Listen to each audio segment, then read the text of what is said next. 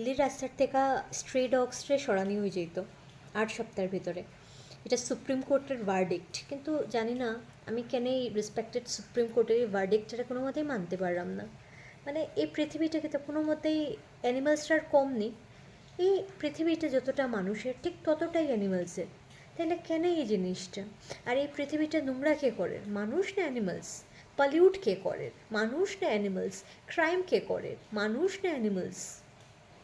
কুত্তা বাচ্চারা কামড়াই দিব, মানুষেরা কামড়াই দিব, না লাগলে এমনি এমনি কামড়াই দিব নি। তো যদি এই পৃথিবীতে পশু পাখি আর মানুষের সেম অধিকার থাকে, আমার মনে হয় যে মানুষরা এটা কোনো দিকে সরাই তো কেন পশু পাখিরা সরানি হইতো? কেন কি তারার মুখে আওয়াজ নেই, তারা প্রটেস্ট করতে পারে না এটার লেগা?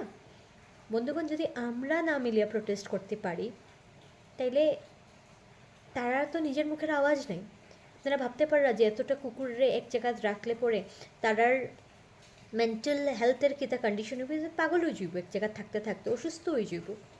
এই পৃথিবীটাকে তার আর কম নেই, এই পৃথিবীটাকে তা একলা মানুষের নেই। আর মানুষে এই পৃথিবীটা দিছে কিতা? নোংরা করা ছাড়া, অশান্তি করা ছাড়া, ক্রাইম করা ছাড়া। আমার মতে মতে তো মানুষরা উঠে কোনো দিকে শিফট করে দেওয়া দরকার। কেন জানি না, আমি রেসপেক্টেড সুপ্রিম কোর্টের এই ভার্ডিক্টটা কোনো মতেই সম্মান জানাইতে পারলাম না। আমি তো বলবো যে প্রোটেস্ট জানাও, প্রোটেস্ট জানাও। তারা খালি খুঁজতে পারে না দেখা তারার লগে এমন অবিচার হইতে পারে না। কলকাতাতেও এরকম একটা ভার্ডিক্ট দেওয়া হয়েছিল। এখন কিন্তু মিড ডে মিলের মধ্যেও কুকুররার ভাগ আছে। প্রত্যেকটা গভর্নমেন্ট স্কুলের সামনের কুকুররে মিড ডে মিল খাওয়ানো হয়। তোমরা প্রোটেস্ট তুললে কিন্তু অনেক কিছু বদলাইতে পারে।